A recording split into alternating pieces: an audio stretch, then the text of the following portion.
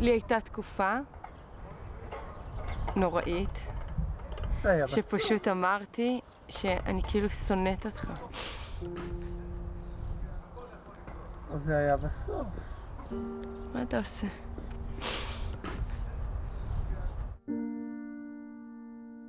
הרבה דברים השתנו. השתננו לטובה, אני חושב.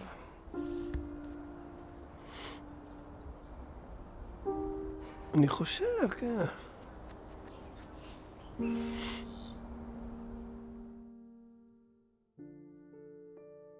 אני הגעתי הביתה, פתאום ראיתי את האוטו ליד הבית, עליתי למעלה, היא הלכה שבוע לפני התאריך.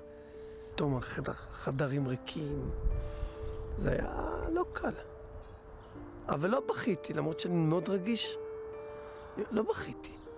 היה לי דקה אחת של כזה להגיע למצב, אתה יודע, אני יכול לראות איזה סרט ויהיה לי דמעות בעיניים, אבל לא יודע.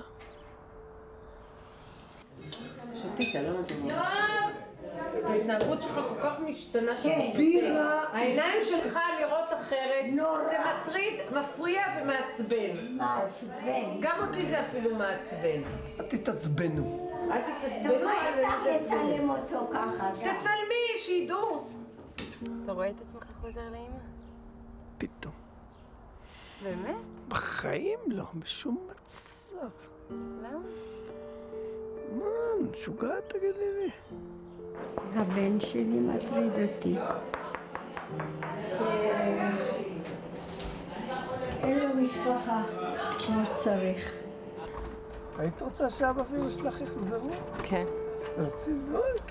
מה את אומרת? בטח, מה? איזה ילד לא רוצה?